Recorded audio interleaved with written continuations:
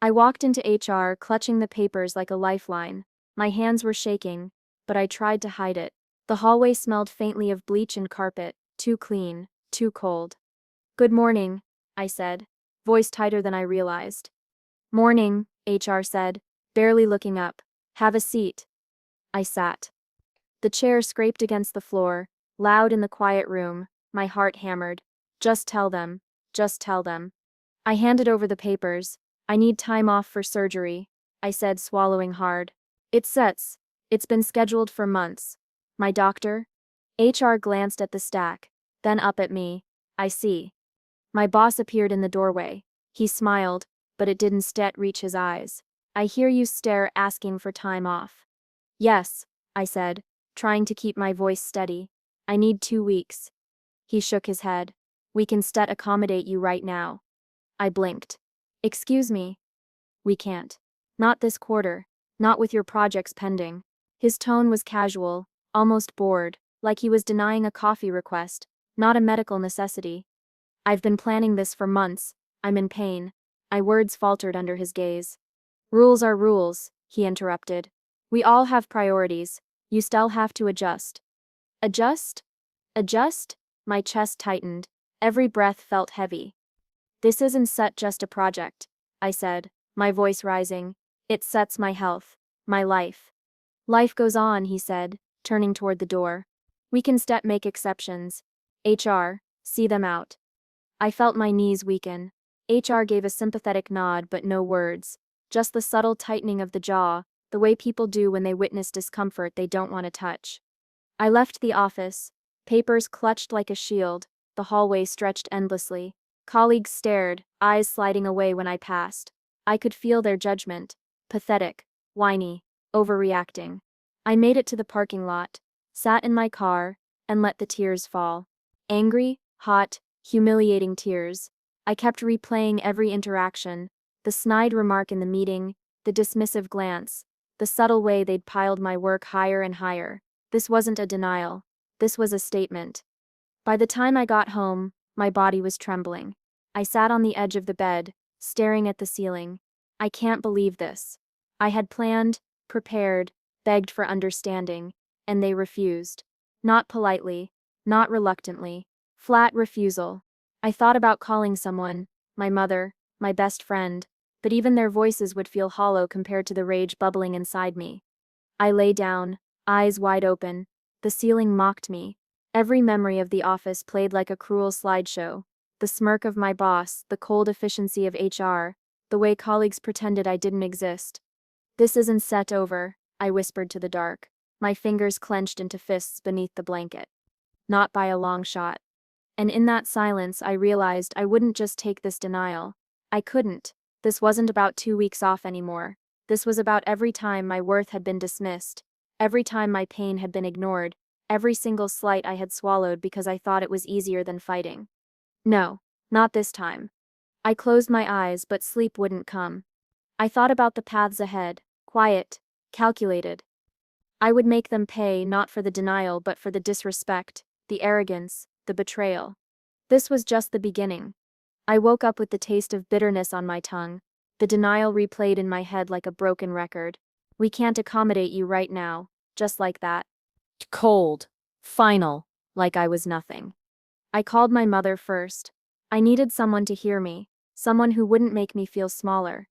"Mom, they denied me," I said, voice shaking. "You mean, your surgery?" Her voice was soft, but I could hear worry threading through it. "Yes. I mean they acted like it didn't matter, like I didn't matter, like I didn't replaceable." "Sweetheart," she started, but I cut her off. "No, you don't get it. It's not just about the surgery. It's everything. Every look, every word, every time they've pushed me aside. It's betrayal." My chest felt tight. Hot tears burned behind my eyes. There was silence. Then, "I know you feel small right now, but you or not. You are stronger than they'll ever realize." Her words didn't fix it, but they planted a seed. Later I met Sam at our usual coffee spot. I barely wanted coffee. I just needed someone who wouldn't sugarcoat. "I'm losing it," I admitted. Every day I watch him, my boss smile, order, command, like nothing happened. Like I something invisible. Sam frowned. You feel invisible. More than invisible. Dismissed. Erased, and everyone else acts like it seps normal. Like I sept the crazy one for feeling hurt. Sam Sepp's hand found mine. Then Don Sepp let it stay like that. Don Sepp, just take it. I laughed bitterly. Take it? You think I can just shrug it off? No. That would be weakness. That would be letting them win. Then Don Sepp let them win, Sam said quietly. I didn't answer. I couldn't. Instead I sat there, eyes scanning the street, the people passing, wondering how they all seemed so oblivious to cruelty. Work was worse. Every polite nod from my boss felt like a slap. Every good job a reminder that he controlled the narrative, while my dignity lay trampled in the hallway outside HR. I started documenting emails, schedules, excuses, lies. Every slight became evidence. Every polite smile, another nail in the coffin of civility I no longer believed in. Why are you doing that? Sam asked when I showed them later. Because if they one stet respect me, I stet make them, on my terms. It felt dark, even to say it aloud, but the thought brought a strange pulse of power, rage intertwined with grief, and the mix burned hot in my veins. I watched my boss from my desk, pretending to focus on my own work. He laughed at some joke I couldn't hear, gestured with authority, smiled at the receptionist. I wanted to walk over and scream, but I didn't. I couldn't. I had to wait. Patience became my weapon. Observation became strategy. Every errant email, every late assignment, every sarcastic remark from him, I cataloged it. Every weakness, every slip, every moment he assumed he was untouchable, I wrote down. I remember one meeting, he leaned back in his chair, smug, and said, I appreciate your input, really, but let Seps leave the hard decisions to me. I smiled, calm, polite, but inside fire, hard decisions, watch me make one that burns you. At night, I couldn't sleep. I sat in the dark, counting emails, plotting moves in my head, imagining every way I could turn the tables. Small steps, precise, silent, deadly. The thought made my chest tighten, not with fear, but anticipation. Rage had become a companion, steady and relentless. I wasn't powerless. I wasn't a victim. Not anymore. I called Sam one night. I Sep's going to make them respect me. Not with words, not with begging, with proof, with control, with leverage. Sounds intense, Sam said. But I heard understanding, approval. Not that they condoned rage, but that they saw me waking up. I leaned back in my chair, staring at my laptop screen. Every email I had copied, every schedule I had saved, every lie documented. It felt like armor, like ammunition. I whispered to the dark, to the empty apartment, to the fury inside me. You think you can break me. You think I'll sit here and take it. Watch closely. Watch how the hunted becomes the hunter. I wasn't sure how long it would take. Weeks, months, maybe years, but I knew one thing, nothing would ever be the same again. The denial of my surgery had been a fracture in my world, but the fracture had exposed the steel inside me. And steel cuts deeper than flesh ever could. I stopped feeling like a victim the day I started looking. Really looking. Not just at my boss, but at the cracks beneath the surface. Jenna leaned over my desk, eyes flicking to my screen. What are you digging for? Nothing. Just curious, I said, voice casual. But I felt the heat of excitement building inside me. Curiosity or revenge? She smirked, tapping her keyboard. I froze. Did she know? Or was it just intuition? Maybe both, I admitted. She grinned. Then you supper in the right place. Systems here are sloppy, security gaps, misfiled contracts, overlooked permissions. I can show you a few things if you want. I leaned closer. Show me everything. Her eyes sparkled, like she'd been waiting for someone to ask. Careful, you poke the wrong hole. Someone notices, but you her clever. You her'll see the weaknesses. I watched her work. Every login, every shared folder, every neglected protocol. It was like discovering a map of the company's skeleton. The thrill coursed through me, a first taste of control after weeks of helplessness. Later I met David in the cafe down the street, my mentor, my sounding board. I started noticing patterns, I said. Contracts, emails, internal processes. Little things, gaps, loopholes. I want leverage. David sipped his coffee slowly. Leverage isn't set strength, he said. Patience is. Power comes to those who wait. Collect the pieces. Study the players. Observe before you strike. I nodded, but my fingers itched for action. I can just wait. I need momentum. Momentum comes from preparation, he corrected. Eyes sharp. Build quietly. Make sure every step is recorded. Every mistake noted. When the time comes, it will be undeniable. That's when the strike has weight. I left the cafe feeling both restrained and electric. Every file I opened, every contract I scanned, every system quirk I noted was a seed planted. At work, I started subtle. Small things, documenting deadlines, tracing approval chains, saving internal memos that exposed contradictions. I smiled politely while my boss barked orders, confident in his untouchability. I filed each misstep mentally and digitally. Jenna stopped by one afternoon. You're really into this, she said. I have to be, I admitted. Every slip, every mismanaged project, it sets a roadmap, and I intend to follow it. She leaned closer, whispering, Careful, they scepter not blind, one wrong move, and it scepts back to being powerless. Learned patience, I said, lips tight. I one-step move until the pieces align. I know the game now. Every evening, I sat alone with my laptop, contracts, schedules, emails. I traced patterns like a strategist, mapping an enemy battlefield. Each loophole I uncovered, every ignored policy I documented, fueled a thrill I hadn't felt in years. It wasn't just revenge, it was empowerment. Each note, each screenshot, each observation added weight to the idea that I could and would take control. David Sepp's words echoed in my mind. Observation before action, patience before power. I began to sense the rhythm of the company, where they were sloppy, where they were overconfident, where they assumed immunity. Every interaction, every careless email, every smug comment became a potential lever. One afternoon, I paused mid-document, fingers hovering over the keyboard. This is it, I whispered to myself. The first spark, the first piece of control. I felt a dark thrill, sharp and precise. Weeks of anger, helplessness, and humiliation had crystallized into something concrete, something I could wield. I glanced at my boss across the room, giving orders like a king on a throne. He had no idea. Every smile, every nod, every casual command, he was feeding the map I was drawing. Every tiny misstep was fuel for what was coming. Revenge was no longer a vague thought, a fantasy whispered in the dark. It had a form, a plan, rules, precision. And for the first time in weeks, I felt untouchable. I watched the emails ping from my inbox like clockwork, each one a heartbeat I could feel in my chest. Did you send this out? Clara's voice cut across the office, sharp and clipped. I looked up casually, pretending to type, fingers tapping like nothing was happening. The quarterly report, the one with the revised figures. Her eyes flicked to my screen, then back to her papers. Panic, subtle, but unmistakable. I smiled faintly. I forwarded what was approved. Isn't that standard? Her lip twitched. Approved? Someone approved an outdated ledger. This is going to cause questions. I leaned back, silent, watching. The thrill was electric. Across the room, my boss appeared, forehead creased. Clara, what's going on? Why are the partners emailing me?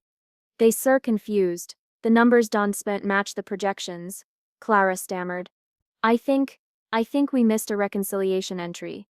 His eyes narrowed. He looked at me. Just me. Did you? I just did my job, I said softly. Forwarded the approved figures. That's all. The tremor in his jaw. The subtle pause in his voice. That flicker of uncertainty. It hit me like a drug. I had them off balance without raising a hand, without shouting. Just leverage, silent and undeniable. Clara was muttering to herself, flipping papers, scanning emails, eyes wide. We have to respond. Immediately. My boss rubbed his temples. How did this slip? I don't set. You know as well as I do, I said quietly. Oversight happens. Nobody sets perfect. He flinched, as if my calm had cut deeper than any accusation. I could see them scrambling. The boss barking into his phone, Clara furiously typing responses, drafting apologies, calling finance partners. Every action precise, reactive, desperate, and I sat there, silent, calm, collecting evidence, noting every panic-induced misstep. Later I heard my boss muttering in the hallway, "How did we let this happen? I can't have this." His voice trembled ever so slightly, human, vulnerable. I smiled, a thin, controlled smile. I reminded myself this wasn't cruelty. This was justice. Every misstep, every oversight, every arrogant assumption, they had created their own vulnerability. I simply highlighted it. I simply held up a mirror. Jenna stopped by my desk. "That was impressive," she whispered. "They start sweating."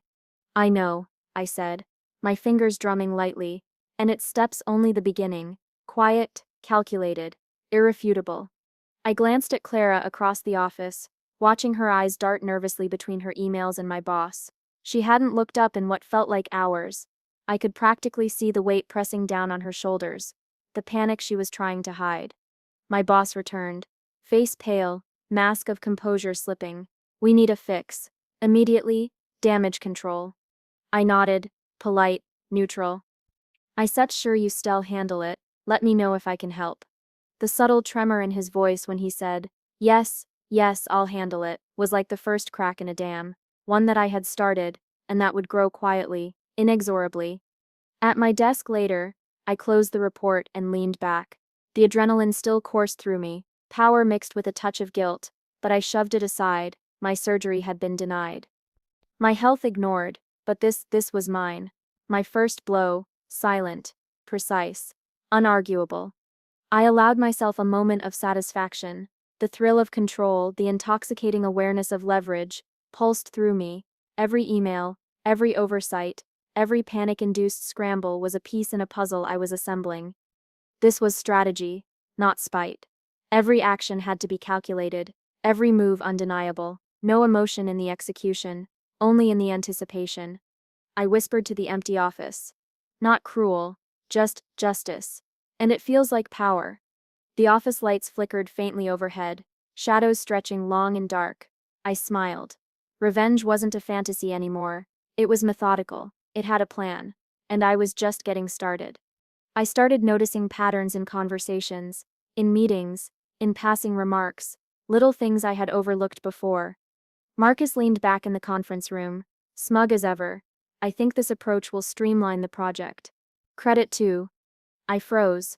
"Credit to me." "You mean your credit, Marcus?" I asked, voice low but sharp. He blinked. "Well, it was a team effort. Every word, every diagram, every step, I did it, alone. You presented it as your idea." His eyes darted, guilty, fleeting. He swallowed. "Think?" I cut him off. "You didn't sit think you sit get caught." The room went quiet. Colleagues avoided my gaze, shuffling papers nervously. "Look, it steps not a big deal," Marcus muttered. "Ideas get shared." "No, not like this. Not stolen, not under my name," while I silenced.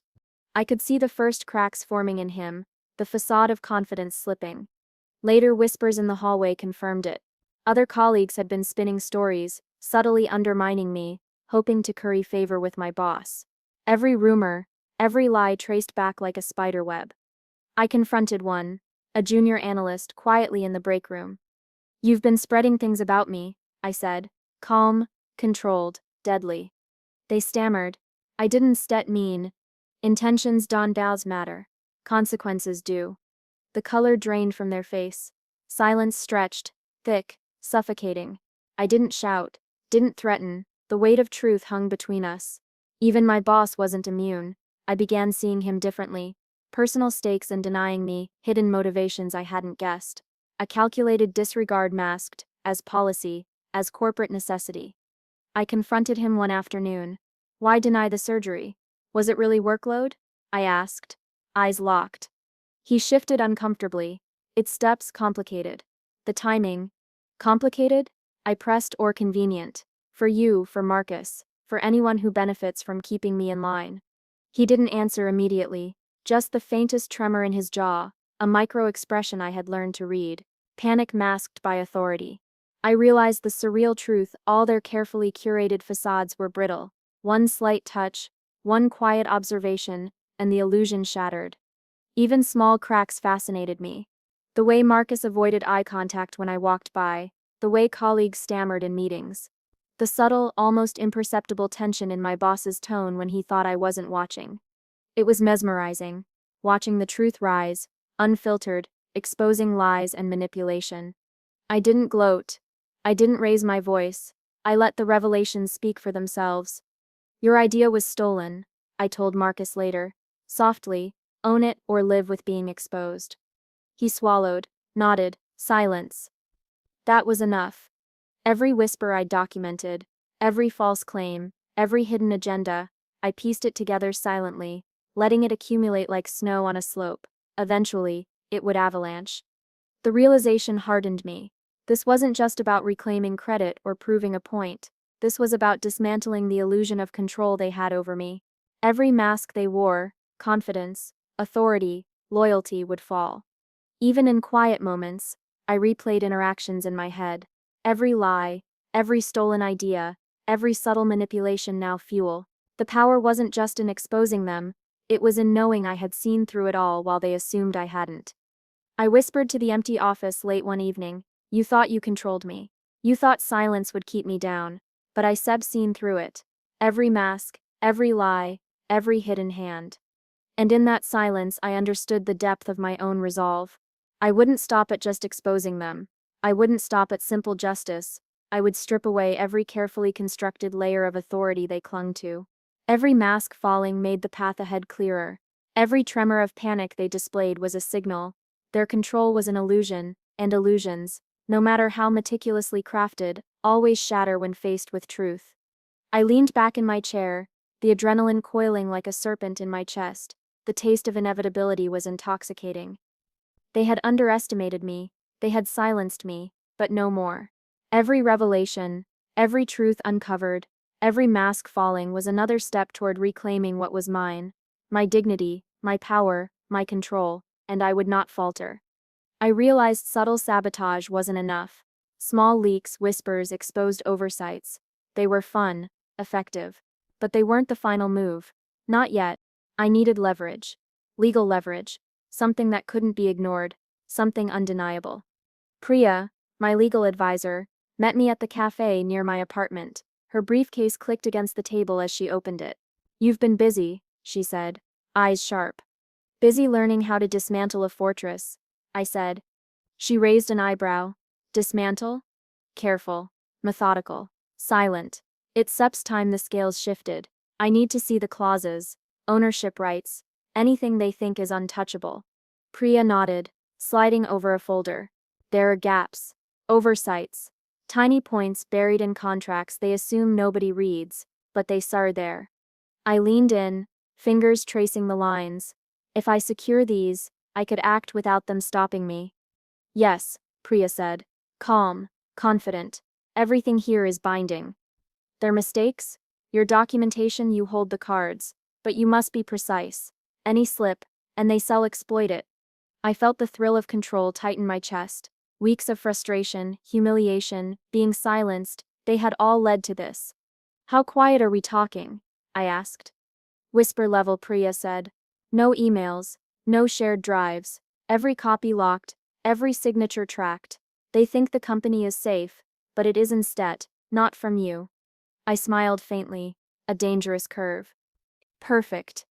Back at my apartment, I spread out every document I had collected: contracts, internal memos, spreadsheets, emails, tiny cracks in the company's armor.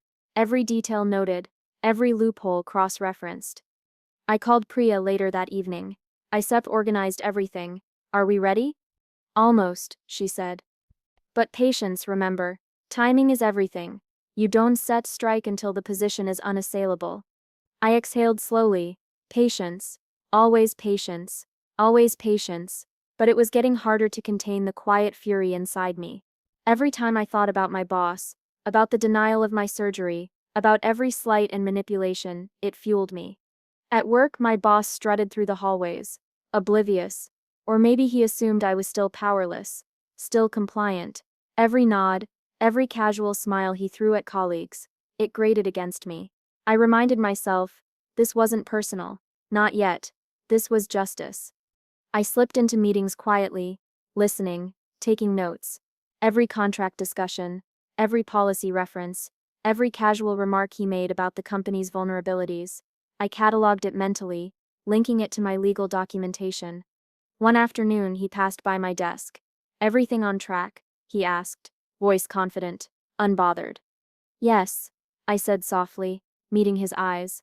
Calm, controlled, dangerous. He smiled, completely unaware. "Good, keep it that way." I exhaled after he left. One wrong word from me, one slip, and the plan could unravel. But the pieces were aligning, slowly, methodically, irreversibly. Later, Priya and I went over the documentation again. When we act, it has to be absolute. No room for denial, no room for doubt, she said. "I know," I said, tracing the lines on the contracts.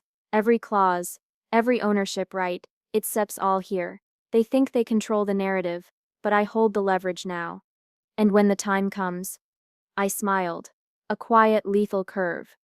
The company goes off the market, permanently, their control evaporates, and they still have no one to blame but themselves." Priya nodded. "Then you set your ready." The tension in my chest was suffocating. Every step, every action measured. One slip could undo weeks of preparation, but underneath that tension, a sense of justice blossomed. This wasn't rage, not wild, impulsive rage. This was calculated, methodical. I had the leverage, the documents, the strategy. I could act without opposition. I thought about my boss again, smiling arrogantly, unaware that his empire was quietly slipping through his fingers. I felt a spark of satisfaction, mingled with a dark thrill. Finally, late at night, I leaned back in my chair, eyes on the folder in front of me. Every clause, every contract, every signature accounted for, every piece aligned. I whispered to the empty room. "You silenced me, dismissed me, denied me, but now, it's steps my turn, and I one step stop. Not until everything falls into place." The weight of inevitability pressed down on me, but it felt good, perfect, precise, and utterly satisfying. I walked into the boardroom with documents stacked neatly in my hands. Each folder was a promise, a carefully constructed line of leverage. The room was tense before I even spoke. My boss was seated at the head, chin high, confidence radiating like armor. I ignored it, focused on the truth in my hands. "Everyone, thank you for joining on such short notice," I began. Calm, measured, the kind of calm that unnerves those who hide behind authority. My boss blinked at me. "This better be important." "It is," I said. "We need to review recent financials and company management practices. There are discrepancies that can no longer be ignored." A few board members exchanged glances. Whispers. I didn't flinch. I laid out the documents, one by one, like pieces on a chessboard. Leo, our financial analyst, leaned forward. "These numbers, this is significant." I nodded. "Exactly. Each entry is cross-referenced, documented. The oversights, mismanagement, and ignored protocols are all here." My boss set's posture stiffened. "I don't stat understand. These are normal variances." "Normal?" I repeated, voice low, controlled. "When key projections are manipulated, approvals ignored, and financial statements misrepresented. I don't see. This is negligence, oversight, and yes, deliberate misdirection in some cases." A flicker crossed his face. Anger, panic, confusion. His carefully maintained arrogance was crumbling before my eyes. Who gave you these?" he stammered. I gathered the information, legally, methodically, and quietly. I confirmed the facts with Leo. "Every calculation, every claim is verified." Leo spoke, firm. "All numbers match. Mismanagement is evident. The risk to stakeholders is real." I glanced around the room, board members shifting uncomfortably, whispers growing louder. They were connecting the dots, finally seeing the cracks my boss had spent years covering. One of them, Miss Harrington, asked quietly, "Are you suggesting immediate action?" I met her gaze. "Yes, immediate action. We cannot proceed with any sale or external acquisition until these issues are resolved. The company SEP's integrity and our accountability depends on it." My boss opened his mouth, then closed it. he sputtered, trying to reclaim composure. I. This is an exaggeration. There's sips nothing. I interrupted, calm, decisive. Every entry is documented. Every decision, every approval chain, every ignored warning is here. There sits nothing to debate. The evidence speaks for itself. I could see the tension radiating off him now, his control evaporating, replaced by the same fear I had felt when my surgery was denied. The tables had turned. I had become the one holding power. Leo nodded to me, confirming the calculations. Everything aligns, risks are quantifiable and undeniable. The board was quiet, absorbing the weight of what they were hearing. Slowly, carefully, they began to speak among themselves, whispers of concern, acknowledgement, nods. Finally, the chairwoman spoke, resolute. Based on the evidence presented, the board agrees. All external negotiations and potential sales are put on hold until these issues are fully addressed. Effective immediately. I felt a heady rush. Vindication. Empowerment. The quiet satisfaction of watching someone who had underestimated me confront reality and fail. My boss's face was pale now. His arrogance completely dismantled. He opened his mouth, then shut it again, defeated. You underestimated me, I said softly, just loud enough for him to hear. That was your mistake, not mine.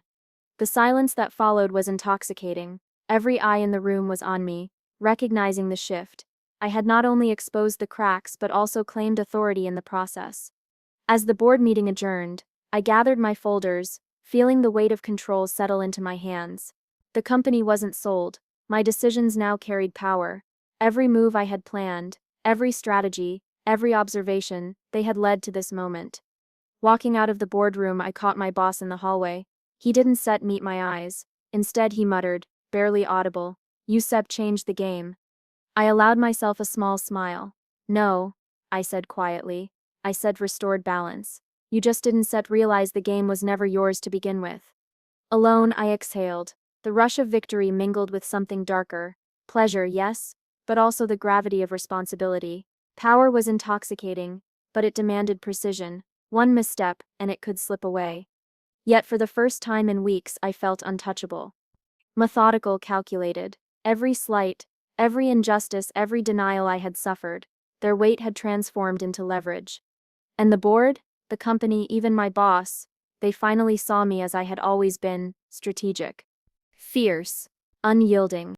The thrill of control pulsed through me, poetic satisfaction simmered beneath the surface, dark and undeniable. I had not only shifted the power dynamic, I had owned it. I whispered to myself, as the elevator doors closed around me. This is just the beginning, but now, the rules are mine. The office was empty when he finally showed up. Late evening, my boss, alone, his confident stride replaced with hesitancy, every step measured, careful, like he was stepping into enemy territory. "I wanted to talk," he said, voice low, uncertain. I didn't move, didn't flinch, just looked at him, calm, expression neutral. Let him see the distance between us. About everything. The mismanagement, the oversight, the way I treated you. I held up a hand. "Save it." His eyes widened. Please. I want to make this right." I leaned back in my chair, silent. Let the pause stretch. Let him feel the weight of my calm, the authority I now held. The room was quiet, except for his uneven breaths. "You think I didn't notice?" he continued. "The documents, the board, I realize now. I underestimated you." I nodded slightly, acknowledging the truth without words. Every apology, every stammer, every failed attempt at reclaiming dignity for himself, it hung in the air, heavy, undeniable. "I was wrong," he said finally. "I should have supported you." I I shook my head, softly. "It's not about being right. It's about responsibility and accountability. That's on you." He swallowed, gaze dropping. I see that now." I didn't finish it for him. Didn't need to. His own awareness of failure did the work. Every word of regret he spoke was a confirmation of everything I had fought for, everything I had endured in silence. "You don't have to say more," I said quietly. "Your silence will say enough." He flinched slightly, the recognition of his diminished power settling in. No mask, no arrogance, just regret, pure, unvarnished regret. I I misjudged your patience, he admitted. I thought, I thought you accepted all, that you stay silent. And I didn't I said. Calm, controlled. I watched, I waited, I prepared. And now, I let the words hang. Heavy, final. Now the balance is restored. He looked at me, searching for anger, for retribution, but there was none. Only quiet authority. My calm was sharper than any accusation I could have thrown. The shift in power was absolute. You're in control, he whispered, finally. Yes, I said softly. Not gloating, not triumphantly, just stating a fact. Quiet, precise, unyielding. The tension that had haunted me for weeks began to release. The injustice, the humiliation, the denial, they had been transformed into something irreversible. Justice wasn't loud. It didn't need to be. It was inevitable. Patient, relentless. He began again, faltering. Dawn and speak, I interrupted. You said enough. Your regret is yours to sit with, and it will stay with you. He nodded finally, eyes downcast. No words left to redeem him, no apologies that could undo the consequences he had ignored for too long. I stood, collected my files, and walked past him, every step deliberate, calm. My colleagues who passed later gave me a glance, seeing the change in energy, the quiet storm of authority I now embodied. Alone in my office afterward, I exhaled. The rush of vindication mingled with relief. Poetic justice had been served. No drama, no spectacle, just inevitability. Silence was my ally. Patience had been my weapon. And the lesson was clear. Those who underestimate, those who betray, those who dismiss, they will face the consequences of their own choices. I whispered to myself, letting it sink in. It's done, and it was always going to be. I just waited. The office was still peaceful, heavy with the weight of what had been achieved. I didn't need applause. I didn't need recognition. The shift had happened, control had shifted, and the truth had finally spoken for itself. The boardroom was packed, lights harsh, air thick with anticipation. Everyone had gathered for what they thought was another routine update. They didn't know it would be anything but. I walked in, documents in hand, heart steady, mind focused. David, my mentor, gave me a subtle nod from across the room, just a flicker, barely noticeable, but it was enough. Confidence surged through me. I cleared my throat. Thank you all for coming. Today we need to review the company SEP's financial standing and management practices. My boss straightened in his chair, forced calm on his face. Please, sit down, I interrupted. Calm, cold, precise. We have serious issues to address. Audits have been completed, oversights, mismanagement, ignored protocols, everything is documented. A hush fell over the room. Board members exchanged glances, leaning forward. They could sense something had shifted. Leo, our financial analyst, stepped forward. All numbers have been verified. The mismanagement is evident. The risk to shareholders is undeniable. My boss's face went pale. This is exaggerated. Not all. Exaggerated. I cut him off, voice sharp. No, every entry cross-referenced, every decision chain accounted for. The evidence speaks for itself. I spread the documents across the table, methodical, every page a hammer striking home. Board members picked them up, eyes scanning, whispers growing louder. David leaned slightly toward me, just enough for me to catch it. A nod, approval, confidence. I drew strength from it. I had learned patience, observation, precision. Every sleepless night, every suppressed scream of frustration, it all led here. I want to officially acknowledge, I continued, voice rising slightly but controlled, that I am a key stakeholder. My contributions, insights, and documented findings cannot and will not be ignored moving forward. Murmurs spread. A few board members nodded. Some scribbled notes. The room's energy shifted. My boss opened his mouth, tried to intervene. You can stet. This is not the time.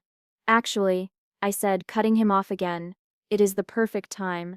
The moment you realize that oversight, arrogance, and misjudgment have consequences. Not just for you, for everyone in this room. He sputtered, red creeping up his neck. Silence fell after his attempts at justification. No applause, no dramatics, just the weight of reality. The board chairwoman finally spoke. Given the evidence and the documented findings, we are halting any potential sales and restructuring immediate executive oversight. We recognize your role as a primary stakeholder moving forward. I inhaled slowly. Vindication, triumph, the quiet satisfaction of justice served. My boss's shoulders slumped, his arrogance shattered, replaced with stunned disbelief. He tried again. I didn't see. No, you didn't, I said softly. Calm, deliberate, but now everyone does. Board members turned to him, eyes sharp. He stammered, defeated. I could feel the invisible chains of authority he thought he held slip entirely. David's eyes met mine again. A small approving nod, silent acknowledgement that I had executed patience and strategy to perfection.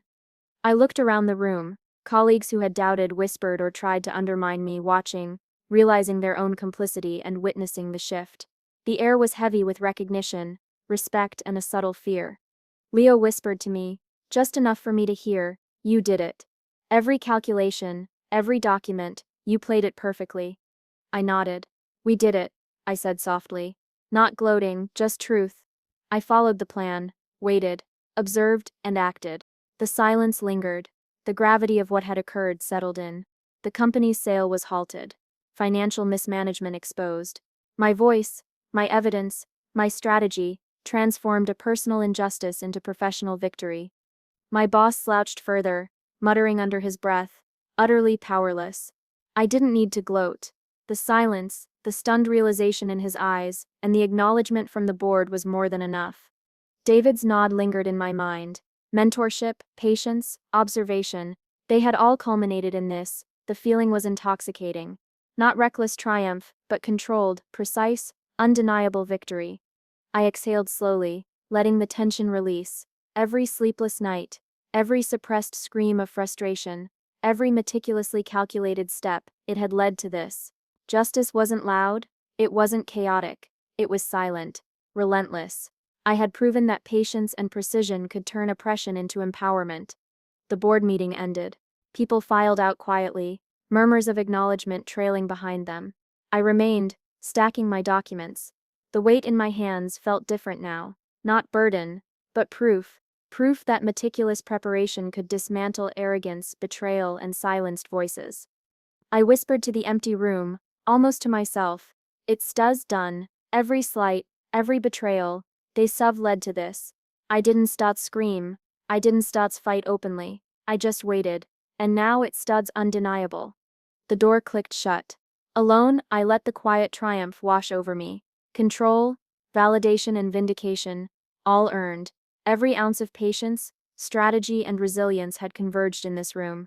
And in that stillness, I understood the injustice I endured had transformed into power.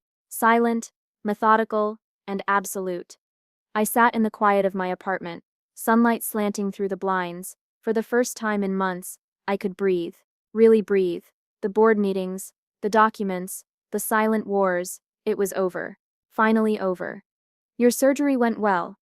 My mother's voice came through the phone, gentle but probing. I smiled, though she couldn't see it. "Yes, everything seems fine now. Feels lighter somehow." "Good," she said, relief in her tone. "You been through so much, Wahab. I said I'm proud of you."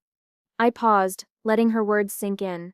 Proud, not just of surviving, but of standing up, of seeing it through. "Thanks, Mom. I couldn't have done any of it without you." She laughed softly. Always the drama, even on the other side of a phone call. I chuckled, the sound feeling foreign and good.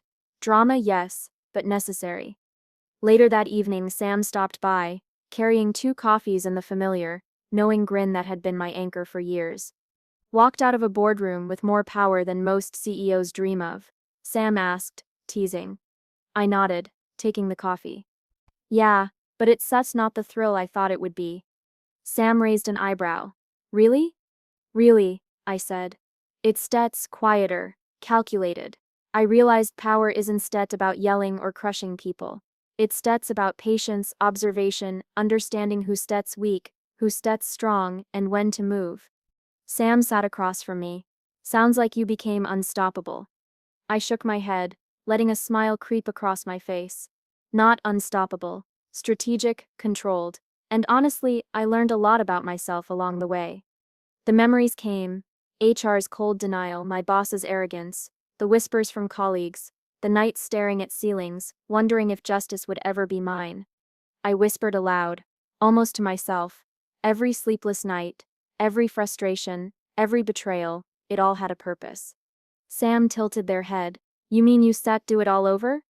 I shook my head. No. I wouldn't sat wish the pain on anyone, but I wouldn't sat change it, not one part, because without it I wouldn't sat be here, surgery done, scars visible but healing, mentally stronger than ever. Later David called, mentor, guide, quiet observer of my plans. You handled everything beautifully, he said, voice steady. I watched from the sidelines and, I have to admit, I didn't set think you stead pull it off so flawlessly. I let out a small laugh, the tension of months finally loosening. I had to. Every detail, every step, it was all leading to this. You learned, he said simply, not just how to reclaim power, but how to wield it wisely. I let that settle. Yes, that's what it was. Not vengeance for the sake of rage, not cruelty masked as justice, but understanding, patience, precision, and the knowledge of human nature, the good, the bad, and the weak spots in between. That night, I lay in bed, body still sore from surgery but mind clear for the first time in years. I reflected on the journey, the anger, the betrayal, the victories. The company was secure, my boss humbled, colleagues had learned their lessons, and I had reclaimed more than professional control. I had reclaimed myself. I thought of the scars, physical, emotional, mental. They didn't frighten me anymore. They were proof that I had endured, that I had fought, and that I had risen. I whispered into the dark, almost to the room itself. I am here, scars and all, stronger than ever. And I learned, patience is power. Understanding is power. Observation is power. And now, I can walk forward. The sun rose through the blinds again the next morning, and I felt it differently, not as a new day to endure, but as a new day to live. Peace settled over me like a blanket. My body healed, my spirit healed, my mind sharpened. I reconnected with Mom, with Sam, cherishing the unwavering support that had carried me through the storm. David's subtle guidance had shown me the map. I had walked it step by step and arrived at a place few could reach, where justice and self-respect coexist. I smiled, the first true, unguarded smile in months. The company, my life, my body, they were mine now, not through aggression but through precision, patience, and resilience. I risen, I whispered to the empty room, from the ashes of everything they thought could break me, and I keep rising. Always.